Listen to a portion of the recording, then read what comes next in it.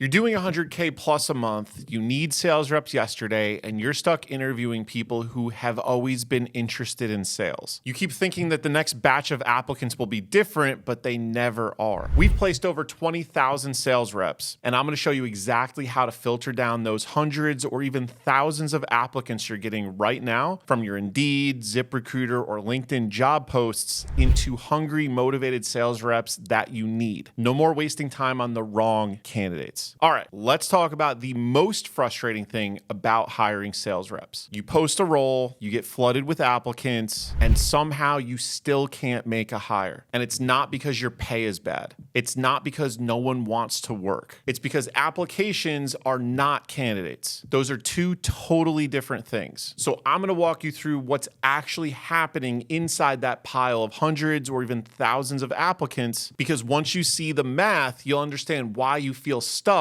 and exactly where your process needs to change. Point number one is the first 50% are not even close to who you need. When those 200 applications hit your inbox, about 50% of them, so about 100 people, are immediately disqualified. Not maybe, let's hop on a call and see. I mean, they literally don't meet basic requirements. And it might be because they're in the wrong location, they can't start when you need them to start, salary expectations are nowhere near the range, or they just didn't read the posting at all and just clicked apply on 50 jobs that day. And here's the part that quietly kills business owners. If you're screening these manually, you're spending hours on people who were never viable. And that's the trap. The volume makes you feel productive, like you're doing something, but you're not actually moving closer to a hire. So right out of the gate, you're down from 200 to 100. Point number two is the next 40% that say, I'm a people person. Now, the next group looks better on the surface. They meet basic requirements, which is location, salary range, start date, but they have zero relevant sales experience. These are the applicants who say stuff like, I've always been interested in sales. I'm a people person. I'm great at communication. And look, being likable is fine, but sales is not talking to people. Sales is quota. Sales is pressure. Sales is following up when it's awkward to do so. Sales is handling objections when the customer is the perfect fit, needs this now, and is still, for whatever reason, not ready to buy. Sales is staying consistent after getting told no all day long. Most of these people might be good at communication, but there's a big difference between communicating and selling. So even though they check the basic boxes, after a bit of due diligence, you'll find that they're not hires for a real sales role. And this is where you eliminate another 80 people. So now you're down to 20 candidates. And you're probably thinking, wait, I started with 200 people. Exactly. That's part of the filtration process. Now, if you're sitting here thinking, this is exactly what's happening to me, and I don't have time to become a recruiting expert on top of running my business, that's exactly why we built HyperHired. We handle the entire process for you. We screen the hundreds of applicants, eliminate the 95% who can't sell, and send you only the top 5% who are actually qualified for your specific role. If you want to see how we can take the recruiting off of your plate and get you actual closers in your pipeline, the link's in the description below to book a call with our team. Point number three is the next 15 or so. These are the wrong type of sales experience. Now we get into the group that causes the most wasted interviews. These candidates have actual sales experience. They've carried quotas, they know rejection, they can talk through a sales role confidently. So business owners see that and think, finally, this is my person. But here's the mistake. Sales experience does not automatically transfer. Door-to-door solar rep, that's a different skill set than high-ticket phone sales. Teleperformance script reader, that's order taking, not selling. And the fit depends on what you actually run. If you're running door-to-door, you need someone who's knocked doors. High-ticket consultative approach, you need someone who's closed 10K plus deals on 45 plus minute calls. High-volume call center, you need someone who can handle 80 to 100 calls daily without falling apart and without complaining one bit. So out of those 20, you end up eliminating most of them once you get specific about the type of selling that you need. And now you're down to what? 3 to 5 candidates out of the 200? That's fine because that's the reality. Part number 4 is the final few and why you still can't hire them. So you finally find them, 3 to 5 people who are actually qualified. They have the right experience, the right location, the compensation works for them. time, this is the group you should be hiring from. And yet you still can't close them, and here's why. Half of them are already employed and making good money. They didn't apply because they're desperate. They applied on a whim, or they're testing the market, or they're using your offer as leverage with their current employer. So you reach out and they ghost you. The other half, they're available, they're legit, and 5 other companies are trying to hire them too, which means speed matters a lot more than you think. If your interview process takes more than a week, they're gone. If you take 3 days to respond, they're gone. If you do one more round just to be safe, they're gone. The average top performer is only on the open market for 8 days or less. So if you're taking 3 days to reach out, they're not even meeting in person with you till day 6, and then you're keeping them in limbo after that. You've just lost that 6 or 7 figure producer forever. And that's the part most business owners don't account for. By the time someone is truly qualified, they're already in demand. So if you're slow or your process doesn't keep momentum, your best candidates disappear before you can make an offer. And that is why you can get to 200 applications and still make 0 hires. The real takeaway here for you is you don't have a posting problem. You have a filtering and speed problem. So here's the shift I want you to make. Stop judging your job posting by how many applications it gets. Judge it by how quickly you can identify who's disqualified immediately, who's nice but not sales, who has the wrong type of sales experience, who's actually qualified, and how fast you can move them to offer. Because the goal isn't more applicants. The goal is better interviews and a faster process for offering and onboarding when you find someone legit. And if you build your hiring process around that reality, you stop wasting time, you stop getting stuck in endless screening, and you finally start making hires. So now you know exactly why your job posts are attracting hundreds of applicants but 0 hires. It's not that good sales reps don't exist, it's that finding them requires a system, not just posting and hoping. If you're tired of wasting time screening unqualified candidates and you want us to handle this entire process for you, just click the link down in the description to book a call with our team. We'll show you exactly how we can fill your pipeline with pre-qualified sales reps who are actually ready to close. And if you found this breakdown helpful, please make sure you subscribe and give it a like, because we're breaking down sales recruiting strategies every single week. Again, just click the link down below, go schedule your call with the team, and let's get your business rocking, rolling, and everything in between. I'll see you there.